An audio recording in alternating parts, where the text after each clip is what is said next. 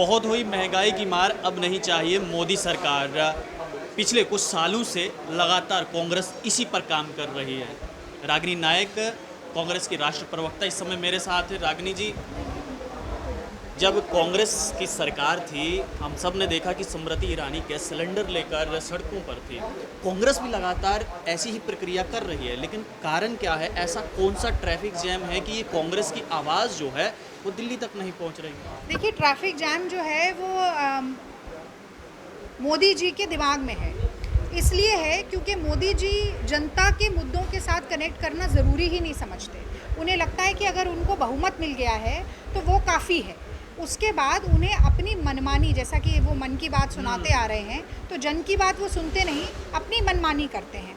और इसीलिए आज जनता जो त्राहिमाम त्राहिमाम कर रही है उनको नहीं दिख रहा है। अर्थव्यवस्था का उन्होंने इतना बेड़ा गर्क कर दिया है कि उनको बार बार एक्साइज ड्यूटी बढ़ानी पड़ रही है। उनके सरकार चलाने के लिए पैसा नहीं है, लेकिन अपने शौक पूरा करने के लिए पैसा है। जैसा मैंने कहा, सेंट्रल विस्टा पर खर्च करने के लिए 20,000 करोड़ है, प्राइवेट प्लेन खरीदने के लिए 8,500 करोड़ रुपया है, लेकिन जनता की मदद करने के लिए उनके पास 6,000 रुपये भी नहीं है। एक और समस्या मोदी जी के साथ ये है कि अगर विपक्ष कोई सुझाव देना चाहता है तो वो सुनना नहीं चाहते, क्योंकि विपक्ष वो चाहते हैं कि विपक्ष मुक्त देश हो जाए। तो जिस देश में विपक्ष नहीं होता वो लोकतंत्र नहीं होता, वो तानाशाही वाला देश होता है, वो डिक्टेटोरियल रिजीम होता है। पर हमारे देश का जो लोकतंत्र है वो इस तरीके के रवैये को कभी अपनाएगा नहीं।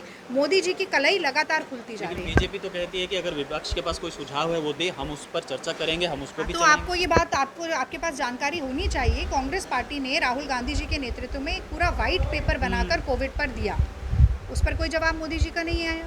राहुल गांधी जी ने कहा कि जीनोम सीक्वेंसिंग होनी चाहिए ये पता करने के लिए कि जो नई दवाइयाँ आ रही हैं वो नए वेरिएंट्स जो हैं वायरस के, उन पर कितनी इफेक्टिव हैं। ये तो सकारात्मक सुझाव है, कोई जवाब नहीं आया।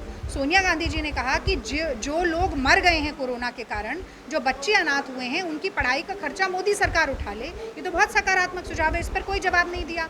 आप विपक्ष के सुझाव नहीं सुनते, आप विशेषज्ञों की राय नहीं मानते। उनकी खुद नेशनल टास्क फोर्स ने, सेरो सर्वेज ने लगातार बताया था कि दूसरी लहर जो है वो बहुत खतरनाक होगी। मोदी जी ने ध्यान नहीं दिया। मोदी जी एक अपने अलग ही सपनों के दुनिया में रहते हैं। उनके लिए केवल अपनी छवि चमकाना महत्वपूर्ण है, जनता के मुद्दे महत्वपूर्ण नहीं।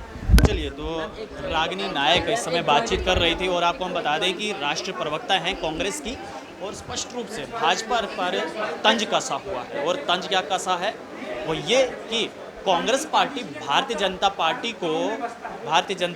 को राय तो देती है, लेकिन भारतीय जनता पार्टी उस पर अमल नहीं करती है। आप लोग देखते रहिए आर्ली पोस्ट। कैमरामैन गगन के साथ देव ठाकुर, जो